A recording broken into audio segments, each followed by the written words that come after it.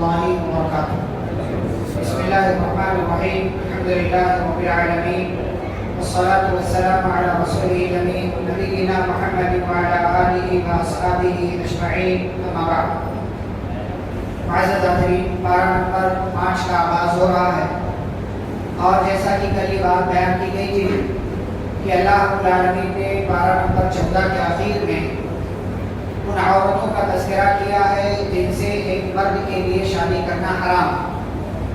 اب جب شادی اور نکاح کا اللہ نے تذکرہ کیا تو پارہ نمبر 5 کی ابتدا میں اللہ نے نکاح کے لیے کن کن چیزوں کا ہونا ضروری ہے اس کی تفصیل بیان کی۔ اللہ رب العالمین نے فرمایا ان تبتغوا باموالکم، سب سے پہلی چیز یہ کہ ایجاب و قبول ہونا چاہیے میاں اور بیوی کے درمیان، یہ سب سے پہلی بات۔ دوسری بات باموالکم، مرد جو ہے وہ اپنا مال خرچ کرے گا یعنی مہر دے گا۔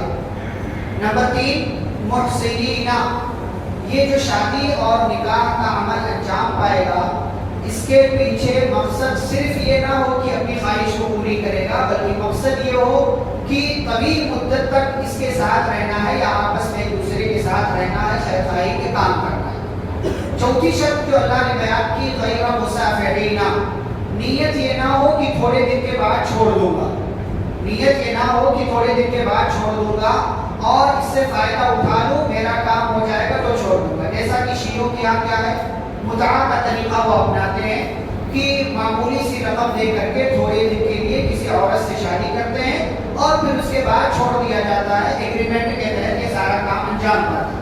اسلام میں پہلے یہ چیز حلال تھی، لیکن جنگ خیبر کے بعد ہمیشہ ہمیشہ کے لیے اس چیز کو پیارے رسول صلی اللہ علیہ وسلم نے حرام قرار دے دیا۔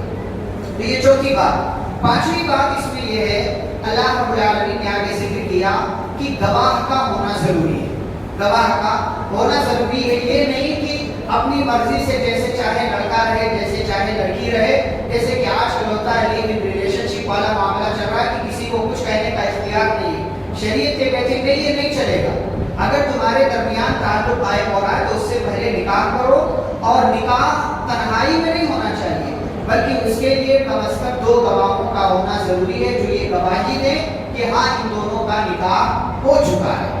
یہ اللہ رب العالمین نے نکاح کے تعلق سے مختصر بات بیان کی۔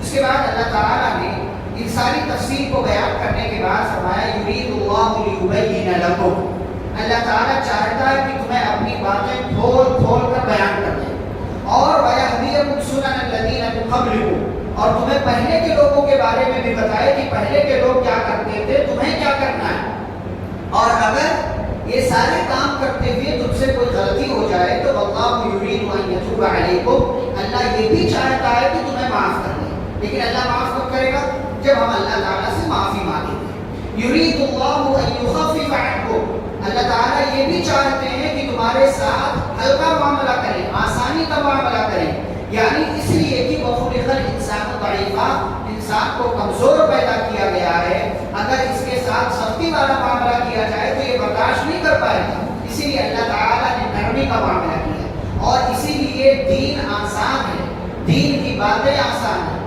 دین پر عمل کرنا آسان ہے، دین کی باتوں کو اپنی زندگی میں لانا آسان ہے، بس یہ کہ آپ نیت کر لیں تو اللہ تعالیٰ آپ کے لیے سارے کام آسان کر دیتا ہے۔ دیکھیں نماز کا معاملہ ہو، کتنی آسانیاں، ابھی اسی بارے میں ہم آگے بڑھتے رہیں گے، کتنی آسانیاں اللہ رب العالمین نے ذکر کی جن کو ہم آگے جانیں گے۔ اس کے بعد اللہ رب العالمین نے ایمان والوں کو باطل اور حرام طریقے سے مال کھانے سے منع کرتے ہوئے فرمایا یا ایھا الذین آمنوا لا تأکلوا اموالکم بینکم بالباطل، اے ایمان والو باطل اور حرام طریقے سے آپس میں دوسرے کا مال مت کھاؤ، چاہے رشوت کا معاملہ ہو، سود کا معاملہ ہو، دھوکے کا معاملہ ہو، 2 نمبر مال کو 1 نمبر کہہ کر بیچنے کا معاملہ ہو، یہ ساری چیزوں سے اپنے آپ کو دور رکھو کیونکہ یہ سب حرام راستے ہیں۔ الا ان تکون تجارۃ عن تراض منکم، ہاں جو اللہ نے تجارت تمہارے لیے حلال کی ہے، جو مال تمہارے لیے حلال کیا ہے، اس کو آپسی رضامندی سے ایک دوسرے سے لو اور ایک دوسرے کو دو، اور اس کے درمیان جو اللہ تعالیٰ نے شرطیں مقرر کر رکھی ہیں ان شرطوں کا خیال رکھو۔ اور اللہ تعالیٰ کیا کہتے ہیں آگے، وَلَا تَقْتُلُوا أَنفُسَكُمْ، اگر مال اگر دولت کے حوالے سے تمہارے یہاں کمی ہو جائے اور تم کو یہ لگے میری زندگی کیسی گزرے گی، تو اللہ تعالیٰ نے کہا یہ سب سوچ کر کے اپنے آپ کو قتل مت کر لو، یعنی خودکشی مت کرو، خودکشی مت کرو، حالات کتنے ہی خراب کیوں نہ ہو جائیں، اللہ نے فرمایا خودکشی کا راستہ اختیار مت کرو۔ خودکشی یہ مصیبتوں سے پریشانیوں سے نمٹنے کا حل نہیں ہے۔ یا اس کا ایک دوسرا مفہوم یہ ہے وَلَا تَقْتُلُوا أَنفُسَكُمْ، کہ اپنے لوگوں کو قتل مت کرو، یعنی انسان مال کے چکر میں کیا کرتا ہے، اپنے کسی خاندان والے کا قتل کر دیتا ہے، مال کے چکر میں اپنے کسی رشتہ دار کا حق کو مار لیتا ہے، تو نتیجہ یہ ہوتا ہے کہ جسمانی طور سے نہ صحیح لیکن روحانی اور ذہنی طور سے وہ اپنے اس رشتہ دار کا قتل کر دیتا ہے۔ اسی لیے اللہ نے کہا نہ ہی اپنے آپ کو قتل کرو اور نہ ہی اپنے کسی رشتہ دار کا مال ہڑپ کر کے اس کا قتل کرو۔ ان اللہ کان بکم رحیما، اور اس بات پر ایمان رکھو کہ اللہ تعالیٰ تم پر رحم کرنے والا ہے، تمہارے ساتھ رحم کا معاملہ کرنے والا ہے۔ لیکن ہم انسان ہیں، اور انسان ہونے کے ناطے کبھی کبھار کیا ہوتا ہے نا، دل میں خیال ہوتا ہے فلاں کے پاس بنگلہ ہے، گاڑی ہے، فلاں کے پاس جو ہے اس کا فلیٹ ہے، پلاٹس ہے اس کے پاس، میرے پاس تو کچھ بھی نہیں ہے، میرے پاس کچھ بھی نہیں۔ تو اللہ تعالیٰ نے کیا کہا وَلَا تَتَمَنَّوْا مَا فَضَّلَ اللَّهُ بِهِ بَعْضَكُمْ عَلَىٰ بَعْضٍ، یہ کسی کے بنگلے، کسی کے گھر، کسی کی گاڑی کو دیکھ کر اپنے آپ کو پریشان مت کرو۔ لِلرِّجَالِ نَصِيبٌ مِّمَّا اكْتَسَبُوا، مرد کا اپنا حصہ، اپنا نصیب، وَلِلنِّسَاءِ نَصِيبٌ مِّمَّا اكْتَسَبْنَا، اور عورت کا اپنا نصیب۔ تمہارا کام کیا ہے؟ وَاسْأَلُوا اللَّهَ مِن فَضْلِهِ، اللہ سے اس کا فضل مانگو، اللہ سے اس کا کرم مانگو، اللہ سے اس کا احسان مانگو، اللہ سے اس کی نعمتیں مانگو، اس لیے کہ کسی کے پاس اگر ہے تو اس کے اپنی محنت سے نہیں ہے، اللہ نے دیا تو ہے، دینے والا اللہ تعالیٰ ہے۔ لہٰذا تمہیں بھی اگر چاہیے تو بجائے کہ کسی کے مال کو، کسی کی گاڑی کو دیکھ کر تم اپنے آپ کو پریشان کرو، حسد کا شکار ہو جاؤ، یہ غلط بات ہے۔ وَاسْأَلُوا اللَّهَ مِن فَضْلِهِ، اللہ رب العالمین سے اس کا فضل مانگو، اس لیے کہ اللہ تعالیٰ ہر چیز کا جاننے والا ہے اور ہر چیز اسی کے پاس ہے۔ لہٰذا کسی کے سامان کو دیکھ کر کے، کسی کی گاڑی کو، کسی کے گھر کو دیکھ کر کے پریشان مت ہو۔ پیارے رسول صلی اللہ علیہ وسلم نے اسی لیے زندگی گزارنے کا فارمولہ سکھایا، فرمایا انظروا الی من هو اسفل منکم، دنیاوی زندگی کا معاملہ ہو تو تم سے جو کمتر ہے اس کو دیکھو، ولا تنظروا الی من هو فوقکم، جو تم سے اوپر ہے دنیاوی معاملات میں اس کو مت دیکھو۔ کیوں؟ فَهُوَ أَجْدَرُ أَلَّا تَزْدَرُوا نِعْمَةَ اللَّهِ عَلَيْكُمْ، اس لیے کہ اگر دنیاوی معاملات میں نیچے والے کو دیکھو گے تو تم اللہ کی کسی بھی نعمت کو حقیر، معمولی اور گھٹیا نہیں سمجھو گے، لیکن اگر اوپر والے کو دیکھو گے کہ اس کے پاس گاڑی ہے، یہ ہے، وہ ہے، تو ایسی صورت میں تمہارے پاس جو اللہ کی نعمتیں ہیں تو ان کی ناشکری کر جاؤ گے۔ یہاں پر میں ایک واقعہ آپ کو سناؤں، ہمارے یہاں دیکھیں عورتیں بڑی پریشان ہوتی ہیں کہ فلاں کے گھر میں یہ ہے، فلاں کے گھر میں وہ ہے، شوہروں سے ڈیمانڈ کرتی ہے ہمارے گھر میں بھی یہ ہونا چاہیے، وہ ہونا چاہیے، حالانکہ بیچارہ اس کی طاقت نہیں رکھتا۔ واقعہ سناؤں میں، ہمارے استاد کا انگلش پڑھاتے تھے ہم لوگ کو، تھوڑے دنیا پرست تھے، تھوڑے ماڈرن ٹائپ کے تھے، جو لیکن انگلش پڑھاتے تھے، نیوزی لینڈ وغیرہ سے انہوں نے جو ہے انگریزی پڑھ رکھی تھی، کورس کر رکھا تھا، اپنی ڈگریاں تھی ان کے پاس۔ کہتے میں دنیا میں مبتلا تھا لیکن میرے پاس بہت زیادہ مال نہیں تھا، میرے پاس 4 ویلر گاڑی نہیں تھی۔ کہتے ایک مرتبہ میں نکلا اور میں بائک سے نکلا، بائک تھا لیکن میں نے رین کوٹ پہن رکھا تھا، بارش کا زمانہ تھا، ایک جگہ ریڈ لائٹ ہوئی، میں رکا، بائک تھی میرے پاس اور میں اپنے آس پاس دیکھ رہا ہوں کہ 4 پہیے والے 4 ویلر گاڑی والے ہیں، بارش بھی ہونے لگی، گرچہ میں نے رین کوٹ پہن رکھا تھا لیکن بارش ہو رہی تھی، چھینٹے مجھ پر پڑ رہے تھے، تو یہ بڑا عجیب سا لگا مجھے۔ میں نے اللہ سے شکوہ کرنا شروع کر دیا کہ اللہ تعالیٰ فلانے کو دیا، فلانے کو دیا، یہ سارے لوگ 4 پہیے کی گاڑی میں، میں 2 پہیے کی گاڑی میں، میرے پاس جو ہے بہت اچھا گھر بھی نہیں ہے، میرے پاس یہ گاڑی ہی ہے، یہ بائک ہے، میں 2 ویلر پر چل کر کے آتا ہوں، میرے پاس 4 پہیے، میں شکوے شکایتیں اللہ تعالیٰ سے فلاں چیزوں کو لے کر کے کر رہا کہ اچانک پیچھے سے کسی نے میرا کپڑا پکڑ کر کھینچا اور کہا کہ اللہ کے نام پر 10 روپے کا نوٹ دے دو، اللہ کے نام پر 10 روپے کا نوٹ دے دو۔ کہنے لگے میں نے پیچھے پلٹ کر دیکھا تو مانگنے والا ایک ایسا بندہ ہے جس کے 2 پاؤں نہیں ہیں، جس کا ایک ہاتھ نہیں ہے، جو خود سے چل کر کے نہیں آ سکتا، جو ویل چیئر پر ہے، اور اس کو کھینچ کر کے لانے والا ایک دوسرا بندہ ہے، اور وہ مجھ سے اللہ کے نام پر 10 روپے کا نوٹ مانگ رہا۔ میں نے کہا عارف تصور کرو یہ اللہ تعالیٰ تم کو کیسے جب سبق دینا چاہتا یہ اللہ تعالیٰ کی طرف سے الٹیمیٹم اور دھمکی ہے تمہارے لیے کہ عارف اس کو دیکھو، اس کے پاس دو پیر نہیں ہے، اس کے پاس ایک ہاتھ نہیں ہے، یہ چل کر کے آ نہیں سکتا، یہ تم سے جو تم شکوا کر رہے تھے نا، تم سے اللہ کے نام پر 10 روپے کا نوٹ مانگ رہا ہے، دیکھو تم اچھے ہو کہ یہ بندہ اچھا ہے، تم اچھے ہو کہ یہ بندہ اچھا ہے. کہتے اسی دن سے مجھے یہ میسج ملا، یہ سبق ملا کہ جو کچھ ہمارے پاس ہے اسی پر اللہ کا شکر ادا کر کے زندگی گزار لینا چاہیے. فلانے کے پاس یہ ہے، فلانے کے پاس وہ ہے، فلانے کے پاس وہ ہے، شکوے شکایتیں کرنا اور نعمتوں کی ناقدری کرنا، نعمتوں کی ناشکری کرنا، یہ اللہ تعالیٰ کو پسند نہیں ہے. جتنا ہے اسی پر گزارا کر لو. یہ میسج ہے، یہ سبق ہے جو اللہ تعالیٰ نے کسی کو دیا ہے تو یہ اللہ تعالیٰ کی طرف سے فیصلہ ہے. آپ کا میرا کام کیا ہے؟ بس اللہ من فضلہ، اللہ تعالیٰ سے اس کا فضل مانگتے رہیں، اس لیے کہ اللہ تعالیٰ ہی دینے والا ہے. پھر آگے اللہ رب العالمین نے گھریلو معاملات کے حوالے سے بات بیان کیا. فرمایا الرجال قوامون علی النساء، مرد عورتوں پر حاکم ہے، مرد عورتوں پر حاکم ہے. لیکن اس کا مطلب یہ نہیں ہے کہ عورتوں کی کوئی اہمیت نہیں. مرد ذمہ دار ہے لیکن اس کا مطلب یہ نہیں کہ عورتوں کی کوئی اہمیت ہے. اس کو ایک مثال سے آپ سمجھیں کہ جیسے آپ کی باڈی میں آپ کے سر کی اہمیت زیادہ ہے. آپ کا ایک ہاتھ نہ ہو تو چلے گا لیکن سر نہ ہو تو چلے گا نہیں. تو آپ کے دیگر باڈی پارٹس کے مقابلے میں آپ کے اس ہیڈ کی، اس سر کی اہمیت زیادہ ہے. لیکن باڈی میں سر کی اہمیت گرچہ زیادہ ہے لیکن کیا ہاتھ کی اہمیت کم ہے؟ کیا ہاتھ کی کوئی اہمیت نہیں ہے؟ بالکل اہمیت ہے. آنکھ کی اہمیت ہے، پیر کی اہمیت ہے. ایسے ہی آپ مرد اور عورت کو بھی سمجھیں. گرچہ مرد ذمہ دار ہے لیکن مرد کے ذمہ دار ہونے کی وجہ سے عورت کی اہمیت کم نہیں ہے. عورت کی اہمیت کم نہیں ہے. اس کو اسی طریقے سے، اسی لیے اللہ تعالیٰ نے آگے کیا کہا؟ بما فضل اللہ بعضهم علی بعض، بعض کو بعض پر اللہ تعالیٰ نے فضیلت اور برتری عطا کی ہے. اگر سارے کے سارے مرد انبیاء تھے تو ان انبیاء کو پیدا کرنے والی خواتین ہی تھی. اگر سارے کے سارے انبیاء مرد تھے تو ان انبیاء کو پیدا کرنے والی خواتین ہیں. اگر مردوں کا مقام ہے کہ مرد ذمہ دار ہے عورتوں کے اوپر، تو وہی ماں کا 3 درجہ مقام باپ کے مقابلے میں اللہ نے اونچا رکھا ہے.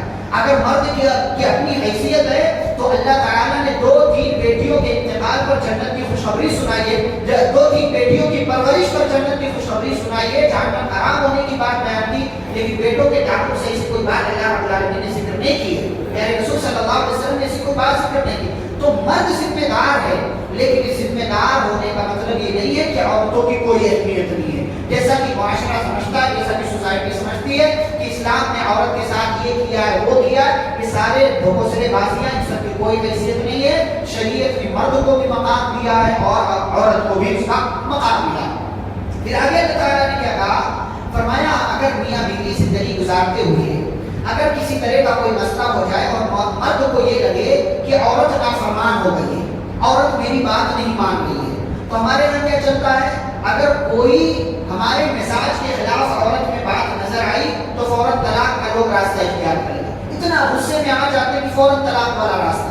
حالانکہ اللہ تعالیٰ نے پورا جو ہے پروسیس بتایا کہ کیا کیا تم کو کرنا ہے. سب سے پہلے کیا کرنا ہے؟ فَعِلُوهُنَّ، نصیحت کرنا ہے کہ ایسا نہیں کرتے، محبت سے سمجھانا، پیار سے سمجھانا. سمجھ گئی تو ٹھیک، ورنہ وَهْجُرُوهُنَّ فِي الْمَضَاجِعِ، بستر الگ کر دو، اسی کمرے میں رکھو لیکن بستر الگ کر دو، یہاں نہیں سوئے گی، دوسرے بستر پر دو. کیوں؟ اس کو احساس ہوگا کہ ابھی تک میرا شوہر مجھے سلا رہا تھا لیکن کوئی مجھ سے تو بڑی غلطی ہوئی ہے کہ میرا بستر الگ کر دیا گیا.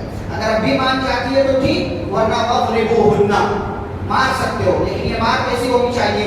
ہلکی مار، نہ ہی درد ہو نہ ہی تکلیف ہو، بس احساس دلانے کے لیے کہ جس شوہر نے زندگی بھر ہاتھ نہیں اٹھایا، آج مجھ سے کیا ہو گیا، کسی نے مجھے مارا. اور علماء نے لکھا ہے تفسیر کے حوالے سے کہ یہ مار مسواک وغیرہ کے ذریعے ہونی چاہیے، ڈنڈے اور لاٹھی کے ذریعے نہیں ہونی چاہیے. جیسا کہ ہمارے یہاں لوگ کرتے ہیں نا، وہ غصے میں آئے تو بس دے دنا شروع ہو جاتا. یہ غلط بات. اللہ تعالیٰ نے کہا کہ مار سکتے ہو لیکن یہ مار ضربًا غیر مبرح ایسی ہونی چاہیے کہ جس سے تکلیف ظاہر نہ ہو، ہاں احساس پیدا ہونا چاہیے. اور چوتھا اس میں اللہ نے کیا، اگر اس سے ٹھیک ہو جاتا ہے مسئلہ تو ٹھیک ہے، ورنہ ایک آدمی مرد کی طرف سے، ایک آدمی مرد کی طرف سے اور ایک آدمی عورت کی طرف سے یہ آئیں گے، بیٹھیں گے، معاملات کو دیکھیں گے، صلح کا راستہ اختیار کریں گے. یرید اصلاح یوفق اللہ بینہما، اگر یہ دونوں اکٹھا رہنا چاہتے ہیں، ان کی نیت اچھی ہے تب تو اللہ تعالیٰ کوئی راستہ پیدا کر دے گا، لیکن اگر ان کی نیت ساتھ رہنے کی نہیں ہے تب پھر جدائی مقدر ہے۔ یہ ہے پورا طریقہ جو شریعت اسلامیہ میں، قرآن میں پیارے نبی صلی اللہ علیہ وسلم نے بیان کیا، لیکن ہمارا معاشرہ یہ طریقہ اختیار نہیں کرتا ہے اور ہمارا معاشرہ اس راستے پر نہیں چلتا، بلکہ پہلی فرصت میں وہ طلاق کا یا خلا کا آپشن اختیار کرتے ہیں، جبکہ یہ غلط بات ہے۔ اس کے بعد آگے بڑھے تو اللہ رب العالمین نے مختلف لوگوں کے ساتھ حسن سلوک کرنے کا حکم دیا ہے۔ وہ بھی والدین کے احسان، والدین کے ساتھ، وہ بھی بالقربہ رشتہ داروں کے ساتھ، والجار ذی القربہ، اور اگر پڑوس میں کوئی رشتہ دار ہے اس کے ساتھ، والصاحب بالجنب، اور ہمارا کوئی ساتھی ہے، دوست ہے اس کے ساتھ، وابن السبیل، مسافر کے ساتھ، وما ملکت ایمانکم، جو ہمارے ماتحت ہیں، جو ہماری ذمہ داری میں ان کے ساتھ، مختلف طرح کے لوگوں کے ساتھ اللہ رب العالمین نے حسن سلوک کرنے کا حکم دیا۔ اور اس کے بعد شریعت کی آسانیاں اللہ نے بیان کی ہیں، فرمایا کہ اے ایمان والو، اگر تم بیمار ہو یا سفر میں ہو یا تمہیں جو ہے وضو کرنے کی ضرورت ہے یا تمہیں جو ہے نہانے کی ضرورت ہے، یہ تین مواقع ایسے ہیں، اللہ تعالیٰ نے تینوں کا، ان چاروں کا تذکرہ کیا اور کہا کہ اگر ان چاروں موقعوں سے تمہیں وضو کرنے یا نہانے کی ضرورت ہے یا تم سفر میں ہو یا بیمار ہو تو، لیکن تم پانی نہیں پا رہے ہو یا پانی تو مل رہا ہے لیکن پانی استعمال نہیں کر سکتے ہو، بیمار ہو اور بیمار ہو جاؤ گے، تو اللہ تعالیٰ نے کہا فَتَيَمَّمُوا صَعِيدًا طَيِّبًا، اسلام کی آسانیاں، یہ اللہ تبارک و تعالیٰ کی طرف سے آسانیاں ہیں، کہا کہ تیمم کر کے کام چلا لو، تمہارا کام ہو جائے گا، پاک مٹی پر ہاتھ مارو، اس میں پھونکو اور اس کے بعد اسے اپنے چہرے پر پڑھ لو اور اس کے بعد دونوں ہتھیلیوں پر پڑھ لو، اس طریقے سے تمہارا تیمم ہو جائے گا، اور تیمم وضو کی طرف سے بھی کافی ہوگا اور غسل کی طرف سے بھی کافی ہوگا، غسل کی طرف سے بھی کافی ہوگا اگر پانی استعمال نہیں کر سکتے ہیں، اور اگر استعمال کر لیا تو بیمار ہو جائیں گے، مزید بیماری بڑھ جائے گی، تو اگر غسل کرنے کی بھی ضرورت ہو تو تیمم اس کی طرف سے بھی کافی ہوگا۔ یہ اسلام کی آسانیوں میں سے ایک آسانی ہے جو اللہ رب العالمین نے ذکر کیا۔ پھر آگے بڑھے تو اللہ تبارک و تعالیٰ نے جہنم کے عذاب کا تذکرہ کیا ہے، اور جہنم کے عذاب کا تذکرہ کرتے ہوئے فرمایا ان الذین کفروا بآیاتنا سوف نصلیہم نارا، جن لوگوں نے ہماری آیتوں کا انکار کیا ہم ان کو بہت جلد جہنم میں ڈالیں گے، آگ میں ڈالیں گے، اور آگ کیسی ہوگی؟ کلما نضجت جلودہم بدلناہم جلودا غیرہا لیذوقوا العذاب، جب جب ان کی چمڑیاں جل جائیں گی، ان کی کھال جل جائے گی تو اس کھال کو ہم چینج کر دیں گے، کیوں؟ لیذوقوا العذاب، تاکہ وہ عذاب کا مزہ چکھتے ہیں۔ یہاں سائنس نے اس بات کو ثابت کیا کہ اللہ تعالیٰ کے اس کلام میں کتنی حقانیت ہے کہ اللہ نے چمڑی اور کھال چینج کرنے کی بات کیوں کیا ہے؟ اس لیے کہ تکلیف جو ہوتی ہے نا جلنے کی، وہ گوشت برداشت نہیں کرتا، وہ چمڑی برداشت کرتی ہے۔ آپ کی چمڑی ہٹا دی جائے اور لاکھ آپ کے گوشت پر آگ رکھ دی جائے، آپ کو کوئی تکلیف نہیں ہوگی، کوئی تکلیف نہیں ہوگی، یہ سائنسی حقیقت ہے۔ اسی لیے اللہ نے کہا چمڑی جیسے ہی جلے گی، آگ گوشت تک پہنچے گا اس سے پہلے ہی ہم چمڑی کو تبدیل کر دیں گے، کیوں؟ لیذوقوا العذاب، تاکہ یہ عذاب کا مزہ چکھتے رہے۔ یہ اللہ رب العالمین نے اس لیے یہاں پر چمڑی جلنے کی اور چمڑی چینج کرنے کی بات کی۔ پھر آگے اللہ رب العالمین نے اس بات کا تذکرہ کیا، فرمایا ان اللہ یامرکم ان تؤدوا الامانات الی اہلہا، اللہ تمہیں حکم دیتا ہے کہ امانتیں ان کے ذمہ داروں کے حوالے کر دو۔ اب اس چیز کو اگر آج ہم اپنے سماج و معاشرے میں دیکھیں تو دین کے حوالے سے بھی امانتیں ذمہ دار تک نہیں پہنچ رہی ہیں، جس کو دین کی شریعت کی کوئی بات معلوم نہیں ہے وہ بھی اٹھ کر کے جو ہے دعوت و تبلیغ کا کام کر رہا ہے، وہ بھی جو اس راستے میں لگ گیا ہے۔ دیکھیں ابھی کل پرسوں کی بات ہے، ایک صاحب بہت بڑے داعی ہیں، آپ کے حیدرآباد میں رہتے ہیں، بہت بڑے داعی ہیں، لیکن نہ عالم ہے نہ علماء سے تعلق ہے۔ کیا کہتے ہیں فتویٰ دیتے ہوئے کہ اگر جان بوجھ کر کے آپ روزے کی حالت میں تھوک نکل لو تو روزہ ٹوٹ جائے گا۔ کون سی حدیث میں، کون سے قرآن کی آیت میں، کون سے عالم صاحب نے فتویٰ دیا کہ جان بوجھ کر کے تھوک نکل لو تو تمہارا روزہ ٹوٹ جائے گا؟ لیکن بس لوگوں کو کام کرنا ہے۔ یہ دین امانت ہے، یہ دین امانت ہے، اور یہ امانت اس کے جو ذمہ دار ہیں، جو اہل ہیں، انہی کے حوالے کرنا چاہیے۔ اسی لیے تو اللہ تعالیٰ نے علماء کا اتنا بڑا مقام رکھا ہے، اس لیے کہ وہ قرآن کو پڑھتے ہیں، حدیث کو پڑھتے ہیں، سمجھتے ہیں، صحابہ کا منہج جانتے ہیں، صحابہ کا فہم، صحابہ کی سمجھ دیکھتے ہیں اور پھر اس کے مطابق جا کر کے کسی نتیجے پر پہنچ کر کے کوئی فیصلہ کرتے ہیں، اور یہ ڈرتے ہیں اللہ تعالیٰ سے، اللہ سے ڈر کر کے فیصلہ کرتے ہیں۔ ورنہ امام مالک رحمہ اللہ جیسا عظیم محدث، جیسا عظیم امام 40 سوال ہو اور 36 سوال کے جواب میں کہتا ہے لا ادری لا ادری لا ادری، مجھے نہیں معلوم، مجھے نہیں۔ دوسرے علاقے سے سفر کر کے لوگ آئے، پچھڑے امام مالک کا بڑا نام ہے، سوال کریں گے، پوچھیں گے، فتویٰ طلب کریں گے۔ 40 سوال لے کر کے آئے، 4 کا جواب دیا، 36 کے جواب میں کہا لا ادری، مجھے نہیں معلوم، مجھے نہیں معلوم۔ اور جب وفات کا وقت قریب آیا تو رونے لگے۔ لوگوں نے پوچھا کیوں روتے ہیں بھائی، اچھی زندگی گزار کر کے آپ جا رہے ہیں؟ تو کہا ایک مرتبہ ایک واقعہ ہوا تھا، 40 سوال لے کر کے لوگ آئے تھے، میں نے 4 کا جواب دے دیا تھا، میں سوچ رہا ہوں کہ اللہ تعالیٰ وہ 4 اگر 4 جواب میں سے کوئی جواب غلط ہوا تو کہیں اللہ تعالیٰ مجھ سے سوال نہ کر لے کہ امام مالک تم نے جواب کیسے دیا؟ اور آج دیکھیں باقاعدہ ٹائٹل لگتا آسک بردر فلاں، آسک فلاں، آسک فلاں۔ علم نہیں ہے، قرآن حدیث کی باتیں صحیح طریقے سے پڑھ نہیں سکتے جو قرآن کی عبارت ہے۔ قرآن پڑھنے کو تو نہ تجوید کا پتہ ہے، نہ مخرج کا پتہ ہے، نہ ہی قرآن کے الفاظ کو صحیح طریقے سے پڑھ سکتے ہیں۔ دو لائنیں کہیں تو آپ پڑھنے کے لیے صحیح طریقے سے پڑھ نہیں پائیں، کسی انجینئر کے پیچھے بھاگ رہے ہیں آپ، کسی ڈاکٹر کے پیچھے آپ بھاگ رہے ہیں، کسی وکیل کے پیچھے آپ بھاگ رہے ہیں، یہ بڑی غلط بات ہے جو ہمارے سماج نے، ہمارے معاشرے نے اختیار کی۔ اللہ فرماتے ہیں ان اللہ یامرکم ان تؤدوا الامانات الی اہلہا، یہ دین امانت ہے، چاہے دین کی امانت ہو یا دنیا کی امانت ہو، وہ امانت اس کے ذمہ دار تک اور اس کے حقدار تک پہنچنی چاہیے، ورنہ اللہ تبارک و تعالیٰ قیامت کے دن آپ سے سوال کرے گا۔ اسی لیے اس کے بعد والی آیت میں اللہ تعالیٰ نے فوراً کہا یا ایھا الذین آمنوا اطیعوا اللہ واطیعوا الرسول واولی الامر منکم، اے ایمان والو اللہ کی اطاعت کرو، رسول کی اطاعت کرو، اور تم میں سے جو ذمہ دار ہیں ان کی اطاعت کرو، لیکن اگر یہ ذمہ دار اللہ اور اس کے رسول کی بات کے خلاف جائیں، یہ ہے سب قانون۔ اور ہمارے ہاں بغل والے ملک میں ایک مفتی صاحب ہیں، وہ کہتے ہیں 20 رکعت کا ثبوت نہیں، 20 رکعت کا ثبوت نہیں، ثبوت 8 رکعت کا ہی ہے، لیکن چونکہ ہمارے آبا و اجداد ہمارے جو ہے علماء کرتے چلے آئے 20 رکعت، اس لیے ہم 20 رکعت نہیں پڑھیں گے۔ یہ کون سی بات ہے؟ ایک طرف تم مان رہے ہو کہ 20 کا کوئی ثبوت نہیں ہے، اور دوسری طرف تم کہہ رہے ہو کہ ہم اپنے علماء کی مانیں گے۔ علماء، ذمہ داران، سلف، جو کچھ بھی ان کا ایک فارمولہ تھا، ایک اصول تھا، ہماری جو بھی بات حدیث کے خلاف ہو، نبی کے طریقے کے خلاف، اس کو چھوڑ دو، اس کو چھوڑ دو، اس لیے کہ قرآن اور حدیث کو پکڑنے میں، اس کو پڑھنے میں، اسی کو سمجھنے میں نجات ہے۔ اگر علماء کہیں غلطی کر جائے وہ اپنی غلطی سے پیچھے رکھتے ہیں کہ بھائی ہم سے یہ غلطی ہو گئی، اور اللہ نے کہا اختلاف کی صورت میں ذمہ داروں کی بات آپ کو نہیں ماننا، بلکہ اللہ اور اس کے رسول صلی اللہ علیہ وسلم کی بات کی طرف آپ پلٹ کر کے آئیں گے۔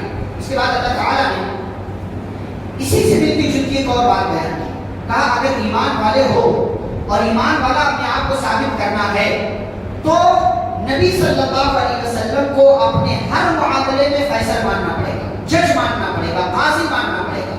نبی کی طرف سے جو فیصلہ آ جائے اس کو قبول کرنا پڑے گا، اور قبول کیسے کرو گے؟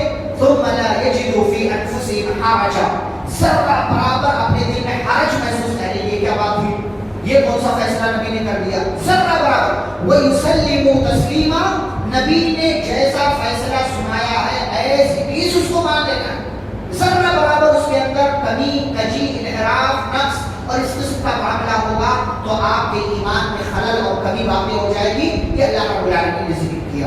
پھر آگے بڑھیں تو اللہ رب العالمین نے ایک بڑی خوبی بیان، آپ کو پتہ ہے کہ آپ کو اللہ کی طرف سے جو خیر ملتا ہے نا، جو اچھائیاں ملتی ہیں، جو نعمتیں ملتی ہیں، ان میں سے اکثر نعمتیں آپ نے نہیں مانگا ہے، اس کے باوجود اللہ دیتا ہے۔ اللہ کا قانون دیکھیں کہ جب بھلائی سے اللہ تعالیٰ نوازتا ہے تو آپ چاہے مانگیں چاہے نہ مانگیں، اللہ تعالیٰ دیتا ہے۔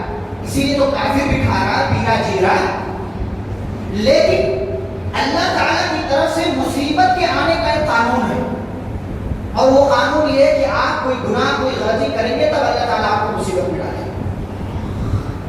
بھلائی کے لیے اللہ رب العالمین یہ نہیں دیکھتا کہ آپ نماز پڑھو، اس لیے کہ کتنے ایسے لوگ ہیں دیکھیں نماز نہیں پڑھتے پھر بھی کھا رہے، جی رہے، مست کی زندگی ہے ان کی۔ بھلائی کے ملنے کے لیے آپ بھلائی کریں ضروری نہیں ہے اللہ کے ہاں، لیکن مصیبت آپ کی کی زندگی میں آئے اس کے لیے قانون ہے کہ آپ کوئی غلطی کریں گے، کوئی گناہ کریں گے، آپ سے کوئی بہت بڑا گناہ، کبیرہ گناہ ہو جائے گا تو پھر اللہ رب العالمین آپ کی زندگی کو مشکل میں ڈال دے گا. اسی کو اللہ نے کہا ما اصابک من حسنۃ فمن اللہ، جو کچھ تمہارے پاس خیر آتا ہے، اچھائی آتی ہے، اللہ کی طرف سے آتا ہے. وما اصابک من سیئۃ فمن نفسک، اور جو آپ کو کوئی مصیبت آتی ہے نا وہ آپ کی اپنی طرف سے، اس میں آپ کی غلطی ہوتی ہے. ورنہ اللہ تعالیٰ ظالم نہیں ہے، اللہ تعالیٰ رحیم ہے، اللہ تعالیٰ ظالم نہیں. اس کی رحمت کا تقاضا ہے کہ آپ مانگے نہ مانگے نوازتا ہے، اور اللہ تعالیٰ ظالم نہیں ہے. اسی لیے جب تک آپ گناہ نہ کریں تب تک آپ کو سزا بھی نہیں دیتا، تب تک آپ کی زندگی میں کوئی تکلیف بھی نہیں آئی، اور اس میں بھی آپ کے اکثر گناہوں کو اللہ تعالیٰ معاف کر دیتا ہے. وما اصابکم من مصیبۃ فبما کسبت ایدیکم ویعفو عن کثیر، جو بھی مصیبت تم کو آتی ہے تو تمہارے گناہوں، تمہاری حرکتوں کی وجہ سے. ورنہ اللہ تعالیٰ کا معاملہ یہ کہ اللہ تعالیٰ اکثر گناہوں کو معاف کر دیا کرتا ہے. تو یہ قانون ہے اللہ تعالیٰ کا. پھر اللہ نے بیان کیا، بعض دفعہ کیا ہوتا ہے نا، آج کل سوشل میڈیا کے دور میں کہیں سے کوئی خبر آئی، بنا تحقیق کیے، بنا علماء سے، ذمہ داروں سے رابطہ کیے، فوراً نشر کرنا شروع کر دیتے، فوراً فارورڈ کرنا، فوراً شیئر کرنا شروع کر دیتے. اللہ تعالیٰ نے کیا کہا وَإِذَا جَاءَهُمْ أَمْرٌ مِّنَ الْأَمْنِ أَوِ الْخَوْفِ أَذَاعُوا بِهِ، کہ جب کوئی خوف کی بات ان کے پاس آتی ہے نا تو فوراً گھبرا جاتے ہیں. کیوں؟ اس لیے کہ ظاہر دیکھتے ہیں. اور ہمارے یہاں کیا چلتا ہے سوشل میڈیا کے اس دور میں، وہ ویڈیو کون سے زمان، ابھی کوئی واقعہ ہوا، مان لیا کوئی واقعہ ہوا، لیکن اسی واقعے میں 5 سال پہلے والا واقعہ بھی ملا کر کے لوگ شیئر کرتے ہیں. 5 سال پہلے والی ویڈیو بھی شیئر کیا، فلاں جگہ ان کو مارا جا رہا ہے، فلاں جگہ یہ ہو رہا ہے، فلاں جگہ وہ ہو رہا ہے، فلاں جگہ ایسا ہو رہا ہے. اور پھر خوف کا ماحول لوگ بناتے ہیں، خوف کا ماحول بناتے ہیں. پھر جو فلاں علاقے والے ڈرتے ہیں، فلاں علاقے والے ڈرتے ہیں. یہ اس قسم کا ماحول جب بنتا ہے کس وجہ سے؟ کیونکہ لوگ سمجھ کے ساتھ فیصلہ نہیں کرتے، بس جس کے پاس جو آیا اللہ کرم، اچھا برا جو بھی آیا اس کو شیئر کر رہے ہیں. حالانکہ اللہ کیا کہتے ہیں وَلَوْ رَدُّوهُ إِلَى الرَّسُولِ وَإِلَى أُولِي الْأَمْرِ مِنْهُمْ، اگر وہ اس معاملے کو دین کی طرف، دین کے مسئلے کی طرف لے کر کے آتے یا ذمہ داروں سے مل کر کے اس مسئلے کا حل نکالتے تو کوئی نہ کوئی حل اللہ رب العالمین ضرور ان کو دے دیتا. تو کبھی بھی اس قسم کا کوئی بھی معاملہ ہو تو بجائے انفرادی طور سے فیصلہ کرنے کے ذمہ داروں کے ساتھ، علماء کے ساتھ بیٹھ کر کے مشورہ کریں اور پھر کسی نتیجے پر پہنچے اور اسی کے مطابق پورے علاقے کے لوگوں کو عمل کرنا چاہیے. ورنہ ایک غلطی کرتا ہے اور اس کی ایک بندے کی غلطی کی وجہ سے کبھی کبھی پورا معاشرہ، پوری سوسائٹی نقصان برداشت کرتی ہے. یہ بہت دفعہ اس قسم کے واقعات ہو چکے ہیں، لہٰذا اس قسم کی حرکتوں سے ہمیں دور رہنا چاہیے. پھر اللہ رب العالمین نے سلام کا قاعدہ بیان کیا، سلام کرنے کا کیا قاعدہ، کیا قانون ہے. جیسے اللہ نے فرمایا وَإِذَا حُيِّيتُم بِتَحِيَّةٍ، جب تم سے سلام کیا جائے فَحَيُّوا بِأَحْسَنَ مِنْهَا، تو تم اس سے اچھے سے جواب دو. کیا قاعدہ ہے؟ سلام کرنا سنت ہے یا واجب ہے؟ سنت ہے، اور جواب دینا واجب ہے. سلام کرنا سنت، جواب دینا واجب. اچھا اگر 10 لوگ بیٹھے ہوئے ہیں، کوئی بندہ آئے سلام کرے تو ضروری نہیں ہے کہ 10 کے 10 جواب دیں. ایک بندہ جواب دیا کافی. ہمارے لوگ ناراض ہوتے ہیں کہ فلاں نے تو جواب نہیں دیا. ارے بھائی ایک نے جواب دے دیا، کافی ہو گیا، کافی ہو گیا. اچھا یہ دوسری بات. تیسری بات یہ، ہمارے لوگ یہ سمجھتے بعض دفعہ کوئی ذمہ دار ہے، بعض دفعہ کوئی عالم بھی ہوتا ہے، بعض دفعہ کوئی سیٹ صاحب ہے، بعض دفعہ کوئی مالدار ہے، تو پاس سے کوئی گزرا نا، سلام اس نے سلام نہیں کیا، چلو اس کی غلطی مانی، اس نے سلام نہیں کیا تو شکوے کرتا ہے کہ فلاں نے تو سلام ہی نہیں کرتے. ارے بھائی وہ نہیں کرتا، آپ تو کر لو، آپ تو کر لو. نبی صلی اللہ علیہ وسلم آگے بڑھ کے لوگوں سے سلام کرتے تھے، بچوں سے سلام کر لیا کرتے تھے. بٹ حالانکہ قاعدہ آپ نے بتایا کہ چھوٹا بڑے کو سلام کرے گا، گزرنے والا چلے مطلب والمار علی القائم، گزرنے والا بیٹھے ہوئے لوگوں کو سلام کرے گا، سوار پر جو ہے وہ پیدل چلنے والوں کو سلام کرے گا، اور کم تعداد والے زیادہ تعداد والوں کو سلام کرے گی. یہ قاعدہ اصول بیان کیا ہے، لیکن اس میں شکوہ کرنا کہ آپ شکوہ کریں فلاں سلام نہیں کرتے، آپ کر لو، آپ کر لو. اور ایک بات، سلام کرنے سے محبت بڑھتی ہے، سلام کرنے سے محبت بڑھتی ہے. پیارے نبی صلی اللہ علیہ وسلم نے حدیث کے اندر بیان کیا، فرمایا لا تدخلون الجنة حتى تؤمنوا، فرمایا تم جنت میں اس وقت تک داخل نہیں ہو سکتے جب تک ایمان والے نہ ہو جاؤ. ولا تؤمنوا حتى تحابوا، اور تم ایمان والے اس وقت تک نہیں ہو سکتے جب تک کہ آپس میں ایک دوسرے سے محبت نہ کرنے لگو. افلا ادلکم تحاببتم، کہا کیا میں تمہیں ایسی چیز نہ بتاؤں کہ جب وہ کام تم کر لو تو آپس میں دوسرے سے محبت کرنے لگ جاؤ گے؟ کہا بتائیے، کہا افشوا السلام بینکم، اپنے درمیان سلام کو عام کرو، سلام کیا کرو۔ اچھا ایک بات یہاں پر اس آیت کے حوالے سے اللہ نے ذکر کیا ہے کہ جب کوئی آپ سے سلام کرے نا تو اس سے اچھی طریقے سے آپ سلام کا جواب دیجیے۔ مثال کے طور پر کوئی کہتا ہے السلام علیکم، تو آپ کہیں وعلیکم السلام ورحمۃ اللہ وبرکاتہ۔ کوئی آپ سے کہتا السلام علیکم ورحمۃ اللہ، تو آپ نے وعلیکم السلام ورحمۃ اللہ وبرکاتہ، اور اچھے سے جواب دیں۔ کوئی آپ سے ہنس کر کے سلام کرتا ہے، آپ اور اچھی طریقے سے اور زیادہ اچھے انداز میں آپ اس سے سلام کریں، سلام کا جواب دیں۔ کوئی آپ سے بنا مسکرائے سلام کرتا ہے تو زیادہ بہتر یہ ہے کہ آپ اس سے مسکرا کر کے جو ہے اس کو جواب دیں۔ یہ طریقہ ہے سلام کرنے کا۔ اور اپنے گھر میں جائیں، دوسرے کے گھر میں جائیں، سلام کر کے داخل ہوں۔ سلام کا مطلب کیا ہے؟ السلام علیکم، آپ پر سلامتی ہو، اللہ کی رحمتیں ہوں، اللہ کی برکتیں ہوں۔ شرمانا نہیں چاہیے، تھوڑا اونچی آواز کر دیں گے تب بھی کوئی حرج نہیں، یہ دعا ہے، ایک دوسرے کو دعا دیتے رہنا چاہیے۔ تحیۃ من عند اللہ، یہ اللہ کی طرف سے تحفہ ہے جو مسلمانوں کو اللہ رب العالمین نے دیا ہے، اس تحفے کو ایک دوسرے سے شیئر کرنا چاہیے۔ آگے بڑھیں تو اللہ رب العالمین نے دیت وغیرہ کے مسائل ذکر کیے ہیں کہ اسلامی قانون اگر ہے، کوئی کسی کو جان بوجھ کر قتل کر دیتا ہے، کوئی کسی کو غلطی سے قتل کر دیتا ہے، کسی کے ہاتھ سے کسی کا مرڈر ہو جاتا ہے، تو پورا قانون اللہ رب العالمین نے بیان کیا۔ یہاں ایک چیز میں بیان کروں کہ اسلامی شریعت نے قانون یہ رکھا ہے کہ اگر کوئی کسی کا قتل کر دیتا ہے تو بدلے میں اس کو قتل کیا جائے گا، لیکن اگر گھر والے کہیں کہ ہم قتل نہیں کریں گے تو جرمانہ لیں گے، دیت لیں گے۔ یہ دیت کتنی ہے؟ 100 اونٹ، پہلے 10 اونٹ تھی، پھر 100 اونٹ ہوگی۔ کیسے؟ اس سلسلے میں ایک واقعہ، وہ واقعہ کیا ہے؟ عبد المطلب کا۔ کون ہے عبد المطلب؟ نبی صلی اللہ علیہ وسلم کے دادا ہیں۔ یہ جب انہوں نے خواب دیکھا تھا زمزم کا کنواں بالکل پٹ گیا تھا، بالکل اس کا نام و نشان نہیں تھا، اس لیے کہ جرہم قبیلہ جب آ کر کے مکہ میں آباد ہوا تھا تو پھر دوبارہ جب چلا گیا تو اس نے زمزم کے کنویں وغیرہ کو پاٹ دیا تھا، اور پھر ایک لمبا عرصہ گزرا، عبد المطلب کو خواب میں دکھایا گیا کہ وہ کنویں کو کھود رہے ہیں اور اس کی صفائی وغیرہ کر رہے ہیں، تو انہوں نے خواب دیکھا اور خواب دیکھنے کے بعد انہوں نے کنویں کی کھدائی شروع کی اور کنواں پھر سے جو ہے دوبارہ چالو ہو گیا، زمزم کا پانی آنے لگا۔ اسی موقع سے انہوں نے نظر مانی، منت مانی تھی کہ اگر اللہ نے مجھے 10 بیٹے دیے تو اس میں سے ایک کو اللہ کے راستے میں قربان کر دوں گا۔ اللہ کا کرنا ایسا ہوا، 10 بیٹے ہوئے، 10 بیٹے ہوئے، 10 کے 10 بیٹے ہوئے، تو لوگوں نے یاد دلایا یا ان کو یاد آیا کہ آپ نے یہ منت مانی تھی، نظر مانی تھی، اب پوری کریں۔ ٹھیک ہے، پوری کروں گا۔ اب پوری کرنے کی باری آئی تو چٹھی اڑائی گئی، خوراک داسی کی گئی، بھائی کس کو ذبح کریں، کس کو جو ہے کس کی قربانی دیں۔ تو جب چٹھی اٹھائی گئی تو عبداللہ کا نام آ گیا، نبی صلی اللہ علیہ وسلم کے والد صاحب کا، نبی کے ابا کا نام آ گیا۔ اب نبی کے ابا سے سارے لوگ بڑی محبت کرتے تھے، نبی پیدا تو نہیں ہوئے تھے، اس لیے کہ نبی کی پیدائش سے پہلے ان کے ابا کا انتقال ہو گیا تھا، تو سارے لوگوں کو بڑی، خود عبد المطلب کو بڑی محبت تھی، تو خاندان والے آگے کہ ایسا کیسے آپ ہمارے بچے کو قتل کریں گے، قربان کریں گے، ایسا کیسے ہم قربان ہونے دیں گے؟ تو کہا کہ بھائی میری نظر ہے، میری منت ہے، نام بھی عبداللہ کا آیا، پوری کرنا ہے، تو کہا کوئی اور راستہ اختیار کرو۔ تو ایک عرافہ کے پاس گئے، عرافہ یعنی ایک خاتون تھی جو لوگوں کو مسئلے مسائل بیان کرتی تھی، مطلب جس کو آج آپ سمجھ لیں پامسٹ کہہ لیں یا کاہن کہہ لیں، نجومی کہہ لیں، بابا کہہ لیں، جو بھی دادی کہہ لیں، جو بھی کہہ لیں۔ تو اس کے پاس گئے، کہا بھائی ایسا ایسا مسئلہ ہے ہمارے یہاں، کوئی حل بتائیے۔ اس نے کہا ایک حل ہے۔ کہا کیا حل ہے؟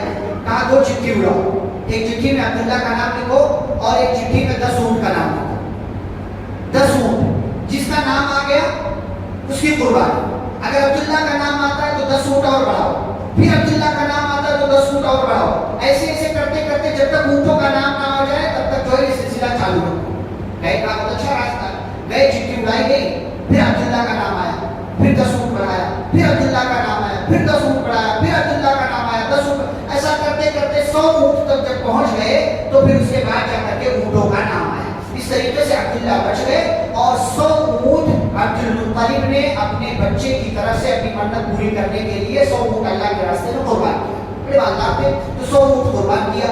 وہیں سے کسی جان کو قتل کرنے کی دیت یہ مقرر کر دی گئی زمانے جاہلیت میں بھی، اور اسلام نے بھی اس کو باقی رکھا کہ اگر کوئی کسی کو قتل کر دیتا ہے اور مقتول کے گھر والے بدلے میں قاتل کو مارنا نہیں چاہتے ہیں تو قاتل 100 اونٹ کی دیت اس مقتول کے گھر والوں کو عطا کرے گا۔ اسی لیے نبی صلی اللہ علیہ وسلم کہا کرتے تھے میں 2 ذبیح کا بیٹا ہوں، ایک اسماعیل اور ایک عبداللہ۔ اسماعیل علیہ السلام کو کے ابا ابراہیم نے ذبح کرنا چاہا تھا اللہ کے حکم پر، اور عبداللہ کو ذبح کرنا چاہا تھا نبی صلی اللہ علیہ وسلم کے دادا نے، لیکن بعد میں قرآن اندازی میں اونٹوں کا نام آ گیا۔ تو یہ شریعت نے مقرر کیا ہے۔ اور آگے بڑھیں تو اللہ رب العالمین نے سفر کا تذکرہ کیا ہے۔ دیکھیں شریعت نے کیسی کیسی آسانیاں رکھی ہیں۔ آپ سفر میں نکلیں تو سفر میں آپ 2 نمازوں کو ایک ساتھ جمع کر کے پڑھ سکتے ہیں، ایک آسانی ہے۔ دوسری آسانی یہ ہے کہ آپ نے ساکس پہن رکھا، موزہ پہن رکھا، تو 3 دن تک اس موزے پر مسح کر سکتے ہیں۔ تیسری آسانی یہ ہے کہ آپ جو ہے 4 رکعت والی نماز کو 2 رکعت کر کے پڑھ سکتے ہیں۔ ایک اور آسانی یہ ہے کہ آپ کے لیے سنتیں معاف ہیں، سنتیں آپ کے لیے وہاں معاف ہیں۔ ایک اور آسانی اس میں یہ ہے کہ آپ جو ہے قبلے کا ایک اندازہ کر کے جو ہے نماز پڑھنا شروع کریں، اس کے بعد آپ کی گاڑی، آپ کی سواری کسی بھی طرف چلی جاتی ہے، کوئی مسئلہ نہیں ہے۔ اور آپ نے ایک اندازہ کر بھی لیا کہ بھائی یہ قبلہ ہے، نماز پڑھنا شروع کر دیا آپ نے، اس کے بعد آپ کی سواری کہیں چلی جاتی، کوئی حرج نہیں۔ تو یہ ساری آسانیاں شریعت نے رکھی ہیں مسلمانوں کے لیے جو اس دین پر عمل کرنے والے ہیں ان کے لیے۔ دین آسانی کا نام ہے، دین میں زبردستی کا یہ سختی والا کوئی معاملہ نہیں۔ ایسے ہی آپ دیکھیں جنگ کی حالت میں بھی نماز معاف نہیں ہے، لیکن وہاں بھی آسانی اللہ نے رکھی ہے کہ بھائی ایک جو ہے ایک جماعت دشمنوں سے لڑے گی اور دوسری جماعت امام کے ساتھ نماز ادا کرے گی۔ یہ پوری ترتیب اللہ رب العالمین نے مقرر۔ نماز معاف نہیں ہے، ہاں نماز کے اندر اللہ نے آسانیاں رکھ دی ہیں کہ اس طریقے سے نہیں تو اس طریقے سے۔ اسی لیے نبی نے کیا کہا صلی قائما فإن لم تستطع فقاعدا فإن لم تستطع فعلى جنب وإلى فعوض، کھڑے ہو کر نماز پڑھو، نہیں پڑھ سکتے بیٹھ کر نہیں پڑھ سکتے تو لیٹ کر بھی نہیں پڑھ سکتے تو آنکھ کے اشارے سے نماز ادا کر دو، لیکن نماز تمہیں ادا کرنا ہے، نماز معاف۔ اس لیے آگے اللہ نے کہا ان الصلاۃ کانت علی المؤمنین کتابا موقوتا، نماز مومنوں پر مقررہ وقتوں پر فرض ہے۔ اور یہ یاد رہے کہ نماز صرف فرض نہیں ہے بلکہ ٹائم پر فرض ہے اور جماعت کے ساتھ مردوں پر فرض ہے، مردوں پر جماعت کے ساتھ فرض ہے۔ اگر اپنے گھر میں اپنے علاقے میں جماعت کے ساتھ فرض ہے، یہ نہیں کہ بھائی اذان ہو گئی اپنے گھر میں پڑھ لو، وقت پر پڑھ رہا ہوں، ٹائم پر پڑھ رہا ہوں، ساری شرطوں کے ساتھ پڑھ رہا ہوں، لیکن آپ مسجد میں نہیں آ کر کے پڑھ رہے ہیں تو آپ کی نماز میں کمی ہے، آپ کی نماز میں خلل ہے۔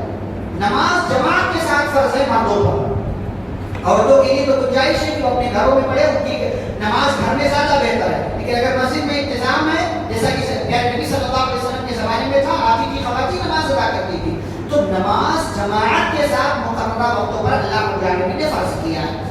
اس کے بعد اگر ایک انسان سے کوئی گناہ ہو جاتا ہے تو اللہ تعالیٰ نے اس کے لیے قانون بیان کیا۔ نمبر 1 وَمَنْ يَكْسِبْ إِثْمًا فَإِنَّمَا اُصِبَ وَمَنْ يَعْمَلْ سُوءًا أَوْ يَظْلِمْ نَفْسَهُ، اگر آپ سے کوئی غلطی ہو جاتی ہے تو اللہ تعالیٰ نے کہا اگر آپ توبہ کرتے ہیں تو اللہ تعالیٰ آپ کو معاف کر دے گا، یہ پہلا طریقہ۔ دوسرا طریقہ اللہ نے کہا وَمَنْ يَكْسِبْ إِثْمًا فَإِنَّمَا يَكْسِبُهُ عَلَى نَفْسِهِ، اگر گناہ آپ نے کیا ہے تو آپ ہی کو اس کا گناہ ملے گا، اس کی سزا آپ ہی کو ملے گی، اس کا انجام آپ ہی کے اوپر آئے گا۔ ہمارے یہاں کیا لوگ ایک جملہ بڑا مشہور ہے کہ اگر تم کسی کی بیٹی کے ساتھ زنا کرو گے، غلط کرو گے تو تمہاری بیٹی کے ساتھ بھی کیا جائے گا۔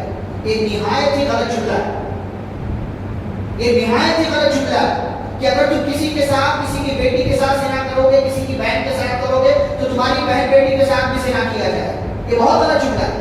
بھائی کروں گا میں اور بھرے گی میری بیٹی، بھرے گی میری بہن، وَلَا تَزِرُ وَازِرَةٌ وِزْرَ أُخْرَىٰ، شریعت کا قانون ہے کہ کوئی بھی کسی دوسرے کے گناہوں کا بوجھ نہیں اٹھائے گا، کوئی کسی اور کے گناہوں کا بوجھ نہیں اٹھائے گا۔ میں گناہ کروں گا تو اس کا انجام، اس کا وبال میرے اوپر آئے گا، یہ اللہ تعالیٰ نے فرمایا۔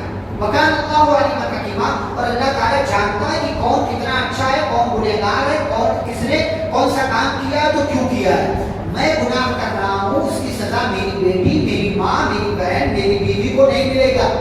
ہاں یہ الگ بات ہے کہ میرے گنہگار ہونے کا اثر ان کی زندگی میں جا سکتا ہے، اس لیے کہ ماں باپ جیسے ہوتے ہیں، گھر والے جیسے ہوتے ہیں ویسے دیگر لوگ ہوتے ہیں، اثر جا سکتا ہے، لیکن اس کی سزا ان کو دی جائے یہ ایسی بات شریعت کے اندر نہیں ہے۔ تیسری بات اللہ تعالیٰ نے کہا کہ بھائی میں جیسے مثال کے طور پر کوئی بندہ ہے، گناہ کر لیا اس نے اور اس نے اس گناہ کا ڈھیکڑا کسی اور کے ساتھ پھوڑ دیا، میں نے تو نہیں کیا، فلانے نے کیا، گویا کہ یہ بہتان لگا رہا ہے، اور شریعت میں بہتان کی سزا یہ ہے، الزام لگانے کی سزا یہ ہے کہ ایسے بندے کو 80 کوڑے مارے جائیں گے اگر کوئی کسی پر بہتان لگاتا ہے، الزام لگاتا ہے۔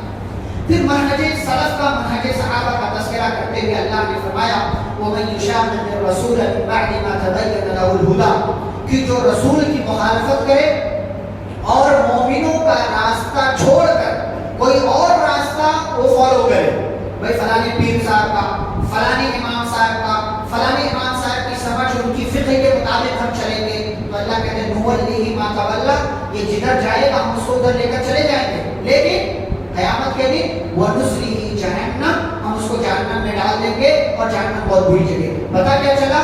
کامیابی کے لیے نبی کا دین اور صحابہ کا منہج، یہ دونوں چیزیں ہونا ضروری ہیں۔ جس نے نبی کے دین کو تو لیا لیکن صحابہ کا منہج نہیں لیا، وہ بھی غلط راستے پر جانے والا، اور جس نے صحابہ کا منہج تو لیا لیکن نبی کا راستہ چھوڑ دیا تو ایسی صورت میں وہ بھی گمراہی کے راستے پر جائے گا۔ نجات کے لیے ان دونوں چیزوں کا ہونا ضروری ہے۔ آگے اللہ رب العالمین ایک اور بات بیان کرتے فرمایا وَمَن يَعْمَلْ مِنَ الصَّالِحَاتِ مِن ذَكَرٍ أَوْ أُنثَىٰ وَهُوَ مُؤْمِنٌ، فرمایا کہ جو بھی نیک عمل کرے گا۔ بعض دفعہ کیا تصور آتا ہے کہ بھائی یہ فلانے ہیں ان کے ساتھ اچھا سلوک کیا گیا، فلانے ہیں ان کے ساتھ برا سلوک کیا گیا۔ اللہ کی نظر میں قانون کیا ہے کہ جو بھی نیک عمل کرے، جو بھی نیک عمل کرے، ایمان والا مرد ہو یا ایمان والی عورت ہو، تو دونوں کے بارے میں یہ اللہ نے نتیجہ اور رزلٹ بتایا فَأُولَٰئِكَ يَدْخُلُونَ الْجَنَّةَ، ایسے لوگ جنت میں داخل ہو، وَلَا يُظْلَمُونَ نَقِيرًا، اور کھجور کی گٹھلی کے اوپر لگے ہوئے چھلکے کے برابر بھی ان پر ظلم نہیں کیا جائے گا۔ یعنی اگر مرد نیک کرے گا اس کا بدلہ اس کو ملے گا، عورت نیک کام کرے گی اس کا بدلہ اس کو ملے گا۔ یہ اللہ کا قانون ہے۔ ایسا نہیں ہے کہ عورت نیکی کرے تو مرد کو ٹرانسفر ہو جائے گا، مرد نیکی کرے تو عورت کو ٹرانسفر ہو جائے گا، نہیں، میں عمل کر رہا ہوں تو میرے عمل کا بدلہ مجھے ملے گا۔ ہاں وہ کام مجھے کسی اور نے بتایا تھا تو میرے ساتھ ساتھ اس بندے کو بھی نیکی ملے گی، جیسا کہ اللہ کا قانون ہے۔ پیارے نبی صلی اللہ علیہ وسلم نے فرمایا من دل علی خیر فلہ مثل اجر فاعلہ، جو کسی کو کسی خیر کی طرف رہنمائی کرے تو اس کو کرنے والے کی طرح ثواب ملتا ہے۔ میں آپ کو کوئی نیکی بتا دوں، آپ کرنے لگے، آپ کو بھی ثواب اور مجھے بھی ثواب ملتا رہے گا۔ پھر آگے یہ کہا جا رہا ہے کہ اگر خاندانی معاملات میں چاہے میاں بیوی کا مسئلہ ہو، بھائیوں کا مسئلہ ہو، بھائی بہن کا مسئلہ ہو، بیٹے اور باپ کا مسئلہ ہو، کسی بھی طرح کا مسئلہ ہو، اللہ نے کہا اگر صلح کا راستہ اختیار کرتے ہو تو وَالصُّلْحُ خَيْرٌ، صلح کے اندر خیر ہے۔ بھائی معاملہ نمٹا لو۔ دیکھیں کیا ہوتا ہے نا، بعض دفعہ چھوٹی سی بات کو لے کر کے دو بھائیوں میں کئی سالوں تک ناراضگی چلتی ہے، باپ اور بیٹے کے درمیان ناراضگی چلتی ہے، نتیجہ یہ ہوتا ہے کہ اسی ناراضگی کی حالت میں ان میں سے کوئی ایک انتقال کر جاتا ہے۔ یہ بہت غلط بات ہے۔ بھائی کوئی بھی ایسا مسئلہ نہیں جس کا حل نہ ہو، شرط یہ ہے کہ ہم اس کو اپنی ناک کا اور ادا کا مسئلہ نہ بنائیں۔ بس دفعہ کیا ہوتا ہے اس نے ایسا کیسے کیا، میرے ساتھ کیسا کر گیا، ارے بھائی انسان تھا آپ کے ساتھ کر گیا۔ لوگ اللہ تعالیٰ کے ساتھ شرک کر جاتے ہیں، اللہ تعالیٰ معاف کر دیتا ہے، تو آپ تو انسان ہے، آپ کے ساتھ اس نے غلطی کی، اور غلطی کی بات دفعہ کیسی ہوتی ہے، میاں بیوی کے درمیان جھگڑا ہو رہا ہے تو جھگڑا کس بات پر ہو جاتا ہے، انہوں نے موبائل نہیں دکھایا، یہ اس نے جو ہے کھانے میں زیادہ نمک ڈال دیا، یہ اس نے بچے کو صحیح ٹائم پر تیار نہیں کیا، مطلب چھوٹی سی معمولی سی بات جس کا حل نکل سکتا ہے اس کی بنا پر طلاق ہو جاتا ہے۔ ہمارے ہاں دعویٰ سینٹر ہے، ایسے مسائل روزانہ آتے ہیں، فون آ جاتا ہے بھائی شوہر نے طلاق دے دیا، کس بات پر طلاق دیا، وہ میں نے ان کی بات کو نہیں سنا، ایک جو ہے فون آیا تھا ان کا میں نے ریسیو نہیں کیا، ٹائم پر ریسیو نہیں کر سکی، کپڑے دھل رہی تھی، کھانا بنا رہی تھی، یا موبائل سائلنٹ تھا سن نہیں سکی، تو انہوں نے طلاق دے دی۔ یہ کون سی بات ہے طلاق دینے کی؟ اور پھر معاملہ یہ ہوتا ہے وہ سننے کے لیے بھی تیار نہیں، ارے اس نے کیسے میرا فون نہیں اٹھایا، کیسے میرا فون اس نے نہیں اٹھایا۔ تو انسان ہے، غلطی ہو جاتی ہے، خطا ہو جاتی ہے۔ اچھا اپنے تعلق سے انسان کا نظریہ کیسا ہوتا ہے، میں غلطی کروں تو مجھے معاف کر دیا جائے، اور سامنے والے کے تعلق سے سامنے والا غلطی کرے تو ارے معافی کا مستحق نہیں ہے، اس کو معاف نہیں کرتا میں۔ یہ ڈبل اسٹینڈرڈ نہیں ہونا چاہیے، اور اس میں بھی اللہ تعالیٰ نے کہا صلح کا راستہ اختیار، تو بھائی معاملہ نمٹا لو، بیٹھو، بات چیت کرو اور محبت کے ساتھ ایک دوسرے کے ساتھ زندگی گزارو، دو چار دن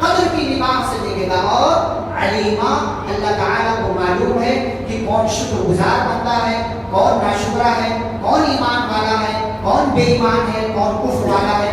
دو چیزیں اپنی زندگی میں رکھیں. اللہ کی طرف سے آپ عذاب سے بچے رہیں گے, اللہ پر ہر صورت میں ایمان رکھیں, اور اللہ کی طرف سے ملنے والی نعمتوں پر, ہر قسم کی نعمتوں پر اس کا شکر ادا کرتے رہیں. رب العالمین ہم سبھی کو اپنے ایمان کی حفاظت کرنے اور اپنی جانب سے ملنے والی نعمتوں پر اس کا شکر ادا کرنے کی توفیق عطا فرمائے.